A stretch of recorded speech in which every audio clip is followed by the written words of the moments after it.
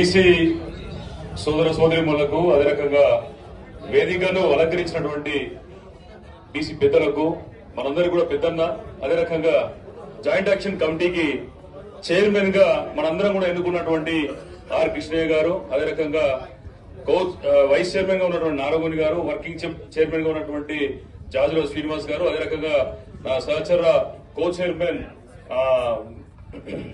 రాజారాం యాదవ్ గారికి, అదే రకంగా ఇక్కడ వేదిక మీద ఉన్నటువంటి అన్ని కుల సంఘాల నాయకులు, మహిళా మండలు, అదే రకంగా మీడియా మిత్రులకు ఆత్మీయ నమస్కారం.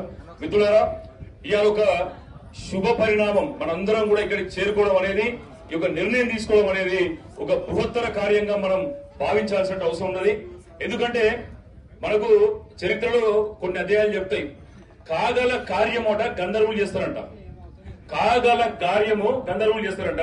మా గంధర్వులు అనేటువంటి ఎక్కడి నుంచి ఊడిపడరు, మన లోపల ఉన్నటువంటి మహానుభావులే ఆ యొక్క కాగల కార్యం చేయడానికి గంధర్వులుగా బయలుదేరుతున్నటువంటి దాన్ని ఇవాళ నిజం చేస్తూ, ఇవాళ మన ముందున్నటువంటి అతిపెద్ద సవాల్, ఇవాళ 5% లేనటువంటి రెడ్డిలు 56% ఉన్నటువంటి బీసీలకు విసురుతున్నటువంటి సవాల్ ఏంటంటే, మీకు అవకాశాలు కనుక వచ్చేది ఉంటే మేము అడుగడుగున అడ్డుకుంటాం, మిమ్మల్ని ముందుకు పోనివ్వమని చెప్పేసి సవాల్ విసురుతూ హైకోర్టులో రిట్ పిటిషన్లు, అదే రకంగా సుప్రీంకోర్టులో కూడా రిట్ పిటిషన్లు వేస్తున్నటువంటి తరుణంలో అందరం కలిసికట్టుగా న్యాయశాస్త్రంలో న్యాయంగా ఎట్లా ఎదుర్కోవాలి, రాజకీయంగా ఎట్లా ఎదుర్కోవాలి, సామాజికంగా ఎట్లా ఎదుర్కోవాలనేటువంటి ఆలోచన చేపడుతూ ఇవాళ ఇక్కడికి వచ్చి మనం ఏదైతే దీనికి కార్యాచరణ ఏర్పాటు చేసుకునే క్రమంలో 18వ తారీఖు ఏంటంటే మనం బంద్ను నిర్వహించాలని చెప్పేసి మనం మూకుమ్మడిగా మనం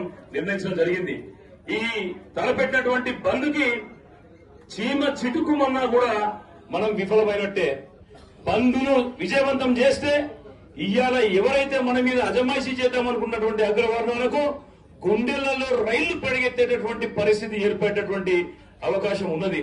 ఇవాళ ఎక్కడ చూసినా కూడా, అటు ఎమ్మెల్యే స్థానాలలో చూసినా, ఎంపీ స్థానాలలో చూసినా, మంత్రి పదవుల స్థానాలలో చూసినా, కార్పొరేషన్ అదే నామినేటెడ్ పదవులలో చూసినా కూడా, ఎక్కడ చూసినా కూడా తెలంగాణ లోపల వినిపించేటటువంటి ఒకే ఒక సామాజిక వర్గం రెడ్డి సామాజిక వర్గం.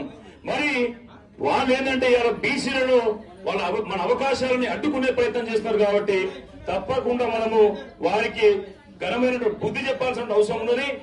మనం ఇప్పటి వరకు కూడా ఎవరి అవకాశాలకు అడ్డుపడలేదు. 10% ఈడబ్ల్యూఎస్ రిజర్వేషన్లు తీసుకొని మనకు విద్యా ఉద్యోగాలు రాజకీయాలలో కూడా గండి కొడుతున్నా కూడా మనం ఏ రోజు కూడా హైకోర్టు సుప్రీంకోర్టులో కేసులు వేసినటువంటి దాఖలాలు లేవు.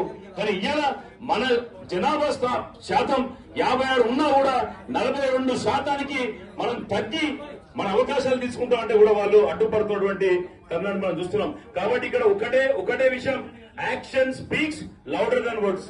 ఇక్కడ మనం కూర్చొని ఎన్ని మాటలు మాట్లాడినా కూడా చివరికి 18వ తారీఖు మనం నిర్వహించేటటువంటి బంద్ పూర్తి స్థాయి లోపల కనుక అది విజయవంతం అయ్యేది ఉంటే మన బీసీల యొక్క శక్తి అనేది ఈ రాష్ట్రానికే కాదు దేశానికి కూడా తెలిసే అవకాశం ఉన్నది. ఇది ఏదైతే మనం అనుకుంటున్నటువంటి ఈ యొక్క 18వ తారీఖు బంద్ అనేది 42% రిజర్వేషన్లను మనం సాధించుకోవడానికి ఒక ఐక్య కార్యాచరణగా మనం తీసుకునేది ఉంటే, దీని తదనంతరం ఈ రాష్ట్రంలో గాని దేశంలో గాని అసెంబ్లీ పార్లమెంట్లలో కూడా మన జనాభాతో తగ్గటువంటి విధంగా రాజకీయ రిజర్వేషన్లు తీసుకోవడానికి కూడా ఇది తొలిమెట్టు అవుతుందని చెప్పేసి కూడా మేము చాలా స్పష్టంగా మేము తెలియజేస్తా ఉన్నాం.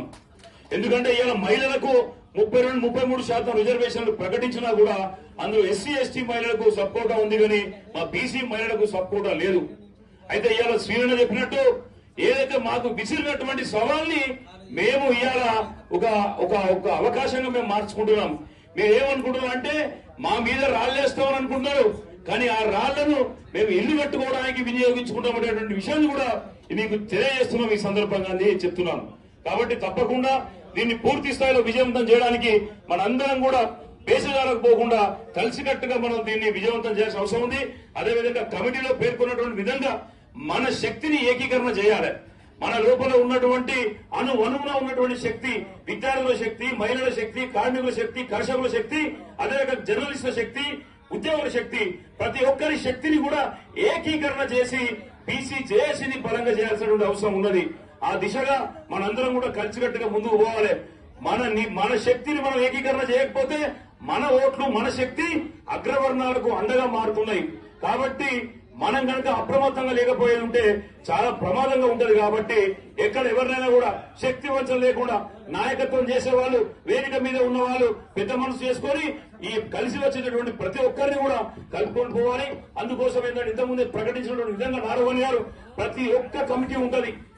టీచర్లకు ఉద్యోగుల కమిటీ కావచ్చు, విద్యార్థుల కమిటీ కావచ్చు, కర్షకులు, కార్మికులు, అలాగే కుల వృత్తిదారులు, ఇలా ప్రతి ఒక్కరికి కూడా ప్రత్యేకమైనటువంటి కమిటీ ఉంటే వాళ్ళ యొక్క భాగస్వామ్యం కూడా చాలా పెద్ద ఎత్తున ఉండేటటువంటి అవకాశం ఉంది. కాబట్టి తప్పకుండా విజయవంతం చేయడం, విజయమో వీరస్వర్గమో అనేటటువంటి విధంగా మనం ముందుకు వెళ్లాలని చెప్పి తెలియజేస్తూ ఈ అవకాశం ఇచ్చినటువంటి రాజారాం యాదవ్ గారికి, అదే ఇక్కడ వేదిక మీద ఉన్న పెద్దలందరికీ, అదే కమిటీలో ఎన్నికైనటువంటి సోదరులందరికీ కూడా పేరు పేరున హృదయపూర్వక నమస్కారం తెలియజేస్తున్నాం. ధన్యవాదాలు.